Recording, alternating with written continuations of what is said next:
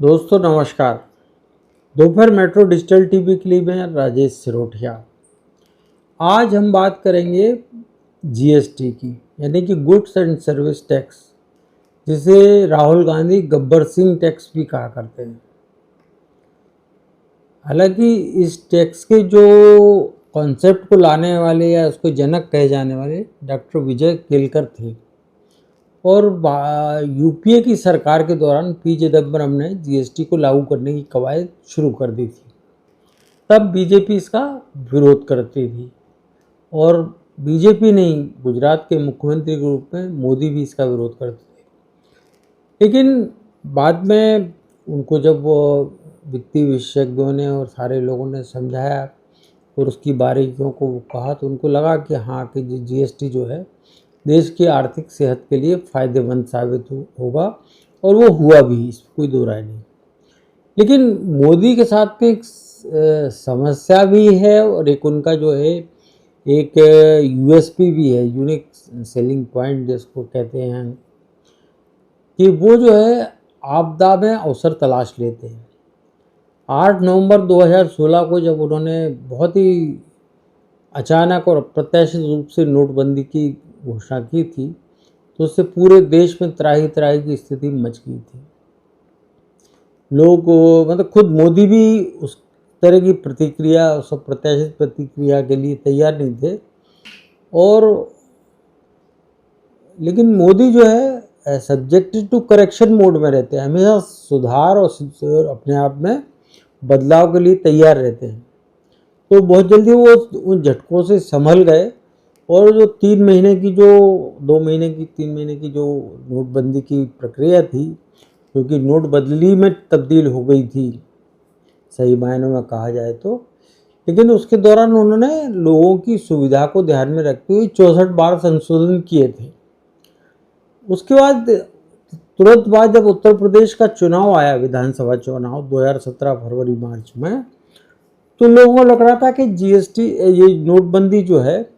ये भारतीय जनता पार्टी के लिए बहुत बड़ा घातक और आत्मघाती कदम साबित होगा।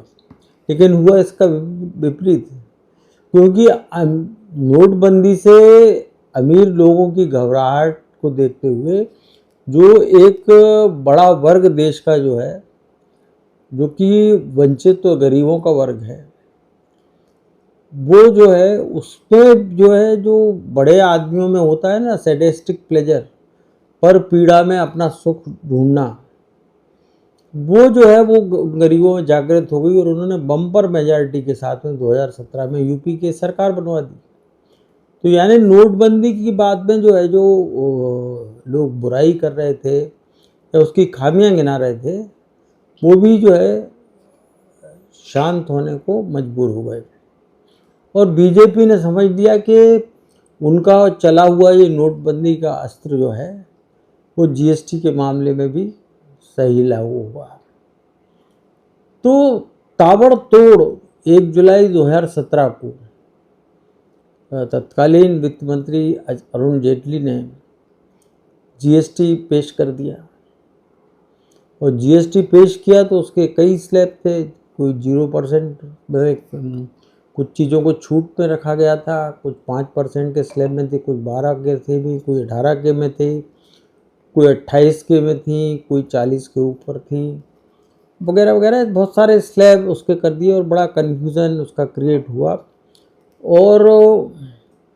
घनघोर आलोचना हुई। राहुल सिंह गब्बर सिंह टैक्स बोलते थे। तो आम व्यक्ति जो रेस्टोरेंट में, एसी रेस्टोरेंट में खाना खाने जाता था, उसको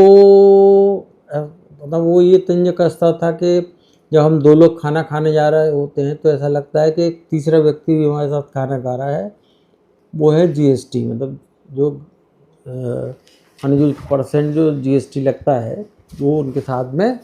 मिलकर खाना खा रहा है। ऐसे कई तरह के तंज कसे गए। लेकिन मोदी का, जो मैंने आपसे कहा कि सब्जेक्टेड टू करेक्शन में के मोड में रहने वाले मोदी ने अब तक उसमें करों के स्लैब, सामानों के करों के स्लैब और जीएसटी की प्रक्रियाओं में 1 जुलाई 17 से 2025 में अब तक 1200 संशोधन किए और उसको पब्लिक फ्रेंडली बनाने की कोशिश की। जैसे कि आजकल यूज़र्स फ्रेंडली जो गैजेट्स आ गए हैं, मोबाइल्स और सारे फ़ोन और बहुत सारे कंप्यूटर्स हैं, उनको यूज़र्स फ्रेंडली बनाने की कोशिशें हो रही हैं। और इसी के तहत जो है मोदी ने भी जीएसटी को जो उसका भुगतान करते हैं उनको यूज़र्स फ्रेंडली बनाने की कोशिश की। लेकिन इसके बाद भी मध्यम वर्ग, गरीब वर्ग से लेकर उच्च वर्ग के बहुत सारे लोग जो है इसको लेके कहीं ना कहीं उनके मन में एक टीस उठती थी कि ये बहुत टैक्स जो है बहुत ज़्यादा है, इसके स्लैब बहुत अटपटे हैं और बहुत सारी बातें उनके मन में आती थी। तो जीएसटी काउंसिल जो कि अंतिम मुहर लगाती है, जिसमें सभी राज्यों के वित्त मंत्री हुआ करते हैं और केंद्रीय वित्त मंत्री की अध्यक्षता में वो काउंसिल बैठक में फैसला लेती है, उसने जो है पिछले 2.5 साल से कवायद कर रही थी कि जीएसटी को और यूज़र फ्रेंडली कैसे बनाया जाए। वो मित्रों, उस जो केंद्र ने जो 2.5 साल की जो कवायद के बाद जो मसौदा तैयार किया था, उसको ग्रुप ऑफ मिनिस्टर्स की कमेटी ने आज मंजूरी दे दी है। ग्रुप ऑफ मिनिस्टर्स की जो बनाया गया था वो बिहार के उप मुख्यमंत्री सम्राट चौधरी की अध्यक्षता में बनाया गया था। इसमें जो है अगर आप बात करेंगे तो कई राज्यों के वित्त मंत्री इसमें शामिल थे इसमें। और इस समिति ने जो भारत सरकार ने जो प्रस्ताव दिया था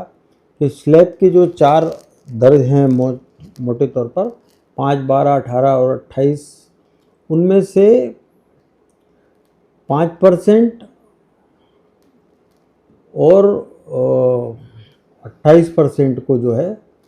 उन्होंने 4 स्लैब को ख़त्म कर दिए और 5 और 18% का स्लैब अब रह गया है। और कुछ ऐसे जो बहुत सारे ऐसे सामान हैं जिसमें कि पोर्न से लेकर जो है तंबाकू, शराब, सिगरेट, तो चीज़ें जिनको सरकार दबाना चाहती है, हानिकारक हैं, जिसके कारण भारत को हर साल की सेहत पे काफ़ी खर्चा करना पड़ता है, उस पर वो 40% टैक्स की जो है बात अब चल पड़ी है। तो अब इस पर जो है अंतिम रूप से मोहर जो है जीएसटी काउंसिल ही लगाएगी, क्योंकि ग्रुप ऑफ मिनिस्ट्री ने तो केंद्र के प्रस्ताव को मंजूरी दे दी है, लेकिन अब जीएसटी काउंसिल जो सितंबर में होगी वो उसको जो है अपनी अंतिम मोहर लगा देगी और उसको लागू कर दिया जाएगा। अब कोई इसको हो सकता है कल को कांग्रेस से बयान दे कि इसको बिहार के चुनाव के मद्देनजर किया गया है, लेकिन मोदी को जो करीब से जानते हैं उनको पता है कि वो इन सारी चीज़ों को चुनाव से जोड़कर नहीं चलते। जब से जीएसटी लागू हुआ है तब भारत का जो है जो विभिन्न प्रकार के जो कर थे, इनमें कि 17 स्थानीय कर थे जिनमें उत्पाद शुल्क से लेकर जो है वेट जैसे कर थे। उनमें हालांकि वेट में पेट्रोल और शराब को अभी भी राज्यों को दे रखा है उससे मुक्त करके, और 13 उपकर जो शुल्क थे उनको समाहित करके जीएसटी बनाया गया था। और उसके बाद में कोई साल ऐसा नहीं गया जब 1 लाख करोड़ प्रति महीने उसकी वृद्धि नहीं हुई हो। तो 5 साल पहले जहाँ 66 लाख करोड़ की आय होती थी, अब वो बढ़कर 1 करोड़ 68 लाख तक जा पहुँची है। जाहिर है कि भारत सरकार के पास में राज्यों को जो 42% जो है अपने कुल आय का जो देने का जो वादा है वो उसको पूरा करने में मदद मिल रही, तो राज्यों को भी एक पका पकाया माल मिल रहा है। स्टेट जीएसटी के दायरे में कुछ चीज़ें, कुछ सेंट्रल जीएसटी के दायरे में है इसको। तो कुल मिला के जो है ये 1200 बार संशोधन करने के बाद अब जो सम्राट चौधरी की अध्यक्षता में जो ग्रुप ऑफ मिनिस्टर ने जो हरी झंडी दिखाई है, उसके बाद मित्रों मुझे लगता है कि अब जो है लोगों को काफ़ी राहत का महसूस साबित होगा, ख़ास तौर से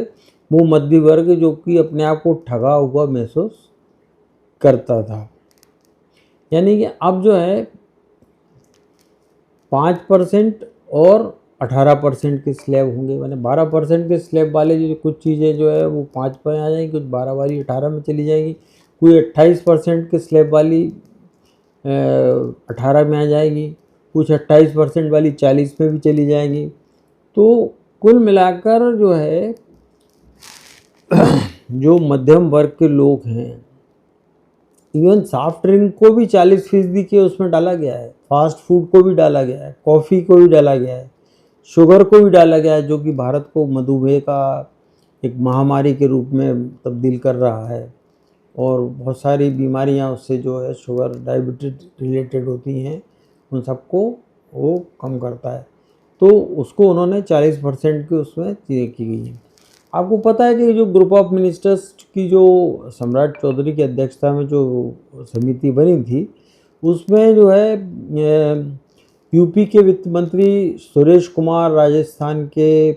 स्वास्थ्य मंत्री गजेंद्र सिंह, पश्चिम बंगाल के वित्त मंत्री चंद्रिमा भट्टाचार्य, कर्नाटक के राजस्व मंत्री कृष्णा बायरे गौड़ा और केरल के वित्त मंत्री के.एन. बालगोपाल भी शामिल थे। और इन सभी ने जो निर्मला सीतारमण की अध्यक्षता में केंद्र ने जो 2.5 साल की जो कवायद की, उसको अब हरी झंडी दे दी है। यानी कि अब सिर्फ जीएसटी काउंसिल की मुहर लगना बाकी है, जो कि सितंबर के महीने में लग जाएगी। इससे जीएसटी से न सिर्फ देश के मध्यम वर्गीय लोगों को फ़ायदा होगा, बल्कि टैक्स की जो है, अभी तो ऐसा लगाया जा रहा है कि ये जो स्लैबों का जो घटत बढ़त हुई है, उससे जो है करीब 6 अरब डॉलर का भार पड़ेगा। यानी जीएसटी में किया हुआ है 12 संशोधनों के बाद किया गया ये बदलाव जो है, वो 6 अरब डॉलर का भार भारत की सरकार पर डालेगा। अब उसको वो कैसे कम करेगा? तो जाहिर तौर पे भारत सरकार को अपने जो बजट है उसमें कुछ चीज़ों को घटाना बढ़ाना पड़ेगा। उसमें कुछ सोशल वेलफेयर स्कीम पर भी प्रभाव पड़ सकता है और बहुत सारी कदम उठाए जा सकते हैं। यहाँ तक कि जो भारत सरकार ने जो प्रस्ताव किया था, इसको ग्रुप ऑफ मिनिस्टर ने भी इस संशय के साथ में मंजूरी नहीं दी। वो एक बड़ा महत्वपूर्ण सेक्टर था, वो था लाइफ इंश्योरेंस और मेडिकल इंश्योरेंस। उसमें ग्रुप ऑफ मिनिस्टर्स का ये कहना था कि इसको लागू तो किया जाना अच्छा सुझाव है या प्रस्ताव है,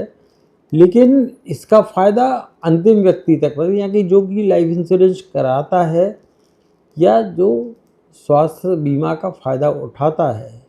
उस तक पहुँचे। और इसमें जो है जो बीमा कंपनियां जो है, इनके कार्यकलाप में पारदर्शिता लाने पड़ेगी, वरना वो जो है ऐसा नहीं हो कि वो टैक्स स्लैब कम किया और वो उधर अपना किस्त जो है उसकी हर साल जो लेने वाली किस्त है उनमें वृद्धि कर दे। तो इससे जो है इस पर नज़र रखना पड़ेगी, क्योंकि अगर ये छूट दी जाती है तो इससे भारत सरकार पर 9,700 करोड़ रुपए का भार पड़ने वाला है। अब अंतिम फैसला तो मैंने आपसे कहा कि जीएसटी काउंसिल में होगा, लेकिन जीएसटी में जो जो ग्रुप ऑफ मिनिस्टर्स ने जो फैसले को जो मुहर लगाई है, उसका जो भारत की जो वित्तीय संस्थानों और वित्तीय विश्लेषकों और जो आर्थिक मामलों के विशेषज्ञों की जो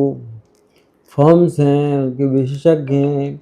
उन सब ने मोटे तौर पर इसकी तारीफ़ की है।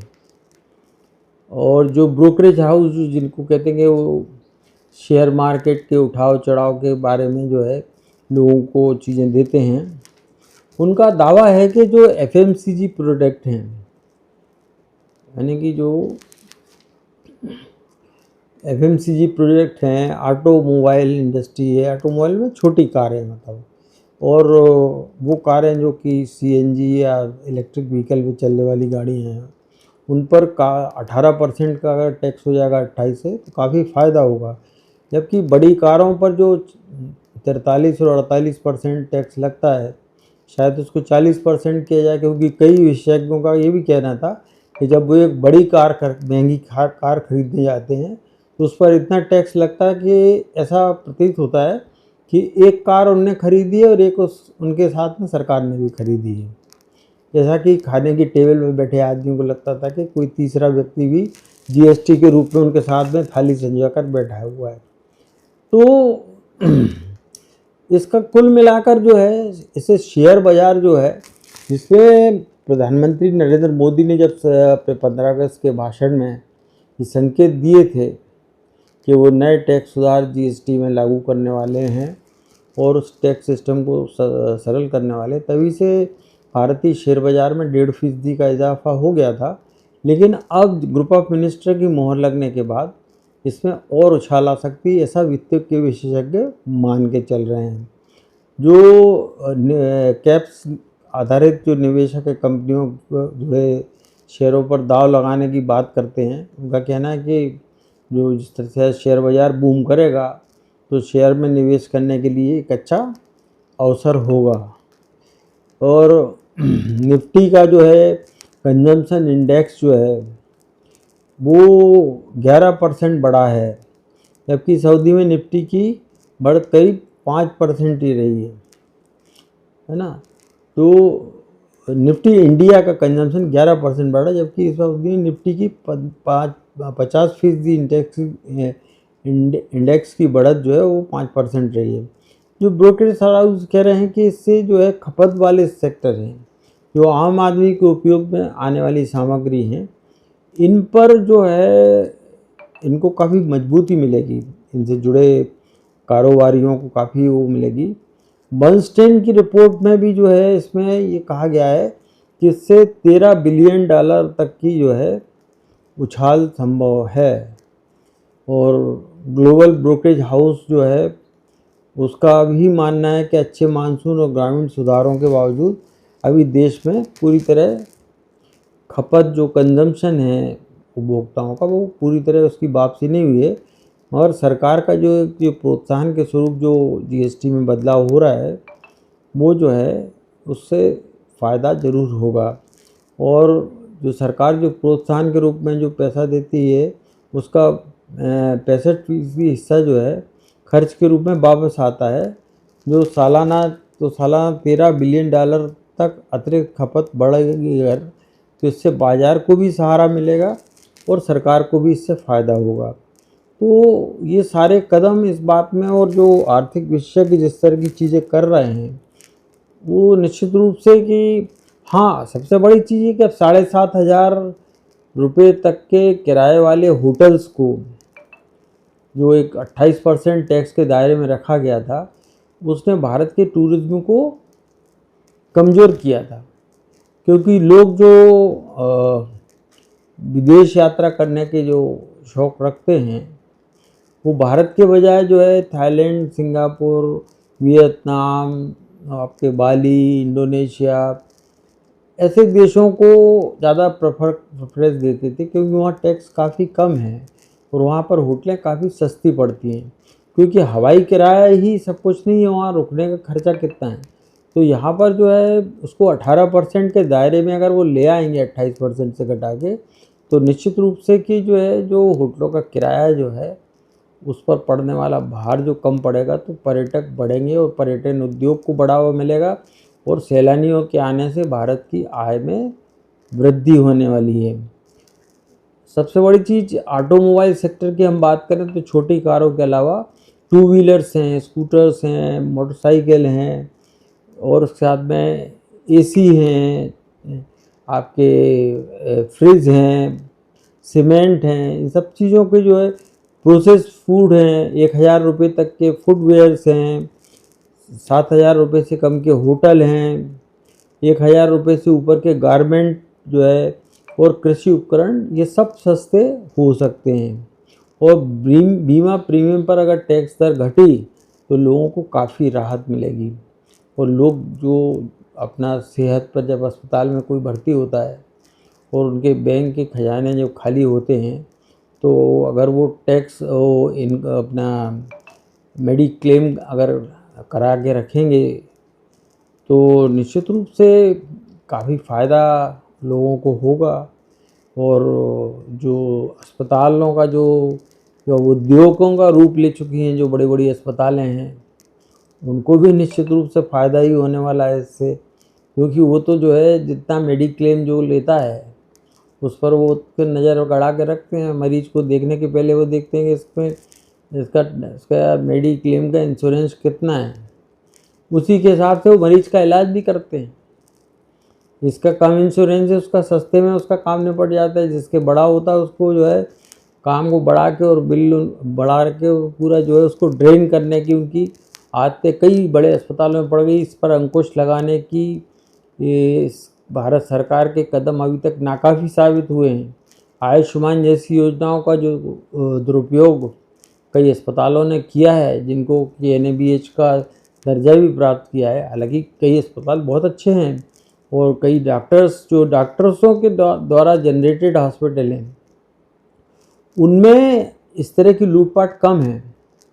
जो औद्योगिक घराने अस्पताल उद्योग में कूदे हैं उस पे जो है लूटपाट और जो मरीजों के साथ डकैती की जो या आयुष्मान योजना का हो चाहे इंश्योरेंस क्लेम का हो, इसको ज़्यादा से ज़्यादा हड़पने की प्रकृति और प्रवृत्ति ज़्यादा है। क्योंकि वो औद्योगिक घराने जब अस्पताल चलाते हैं तो वो डॉक्टरों को जो है जो उनको मुखिया बनाते हैं उनको टारगेट दे देते हैं कि आपको इस महीने इतना टारगेट पूरा करना है। तो वो सारी चीज़ें भी भारत सरकार को इस बात में ध्यान देना पड़ेगा कि वो चीज़ें उसमें सुधार आए। मोदी जी ने स्टंट जो कभी हृदय के जो आपकी आर्टरीज हैं उसमें ब्लॉकेज होने पर जो स्टंट डलते हैं उनकी कीमतें मनमाने ढंग से 1.25 लाख रुपए से 2 लाख रुपए तक ली जाती हैं। उसको घटाने के लिए उन्होंने स्लैब करे थे 8,000 से 25,000 तक के, क्योंकि उसमें डॉक्टर और फार्मेसी जो उसको बनाने वाली कंपनियां हैं उनका बहुत बड़ा मार्जिन है। 50% का मार्जिन ये लोग उठाते हैं और उसका अंतिम असर जो है उस आदमी पे पड़ता है जो कि स्टंट एंजियोप्लास्टी कराता है। तो जाहिर सी बात है कि इन चीज़ों के साथ में आपको ये भी देखना पड़ेगा। हिंदुस्तान यूनाइटेड लिमिटेड जो है लीवर जो है हिंदुस्तान यूनाइटेड लीवर जो है HUL, Britannia, automobile, Ashok Leyland, footwear, consumers, इन सारी चीज़ों को मोतीलाल ओसवाल की अगर बात हम मानते हैं तो इनके अच्छे रिटर्न, इनके अगर शेयर बाज़ार में भी लोग लगाएंगे तो अच्छे रिटर्न आएंगे, क्योंकि इसकी खपत बढ़ने वाली है। ICICI सिक्योरिटीज़ का भी ये मानना है कि GST में सुधारों से शेयर बाज़ार में कई कंपनियों को सीधा फ़ायदा मिलने की संभावना है। इसमें पैकेज फूड कंपनी जैसे Nestle, HUL, Tata consumer, Patanjali है, और उसके साथ में वो ऐसी दवाएं जो बिना डॉक्टर के पर्चे के च्यवनप्राश जैसी प्रोडक्ट हैं, आयुर्वेदिक प्रोडक्ट हैं, उनमें टैक्स राहत देने से डाबर और इमामी जैसी कंपनियां जो आयुर्वेदिक प्रिपरेशन के साथ में बाज़ार में उतरी उनको भी फ़ायदा हो सकती है। और विशाल जो मेगा मार्ट हैं, गो फैशन जैसी चीज़ें हैं और पेज इंडस्ट्रीज़ हैं, इन सब चीज़ों को वर्लपूल और बाकी सारे जो आपके जो ड्यूरेबल सेक्टर्स के गुड हैं उनके साथ में डेयरी सेक्टर को भी फ़ायदा होगा, ऐसी उम्मीद की जा रही है। लेकिन अब इस चीज़ का जो टैक्स में जो कमी हो रही है उसकी असली परीक्षा तो तब होगी जब GST काउंसिल इनको अपनी अगले महीने सितंबर में जब हरी झंडी करके लागू करेगी, तो उस टैक्स में होने वाली कमी का फ़ायदा कितना व्यापारी अपने पास रखता है, कारोबारी अपने पास रखता है, कितना कंपनी अपने पास रखती है और कितना उस आम जनता तक पहुंचाती हैं, अगर आम जनता तक वो पहुंचती हैं तो निश्चित रूप से इसके सुधार की प्रक्रिया को बहुत अच्छा माना जाएगा। और अगर वो बीच में ही जो है मिडिल मैन के पास ही रुक कर रह जाएगा, वो मुनाफा सरकार का घाटा और जो आम उपभोक्ताओं को होने वाला मुनाफा अगर बीच की कंपनियों में और डीलर्स के बीच में और रिटेलर्स के बीच में अगर बढ़ जाएगा, तो फिर जो मध्यम वर्ग और दूसरे से लेकर गरीब वर्ग और सारे लोगों ने जो उम्मीद बांध रखी है इन टैक्स सुधारों से, वो कसौटी पर खरा नहीं उतर पाएंगे। तो कुल मिलाकर मित्रों, अब हमें इस बार में इस चीज़ की तो हमें तारीफ़ करना होगी कि मोदी ने जो अपने गलतियों को सबक लेने और सुधार लेने की प्रक्रिया को जारी रखा है और उसी के तहत ये सुधार लेकर आए हैं। लेकिन अब अंततः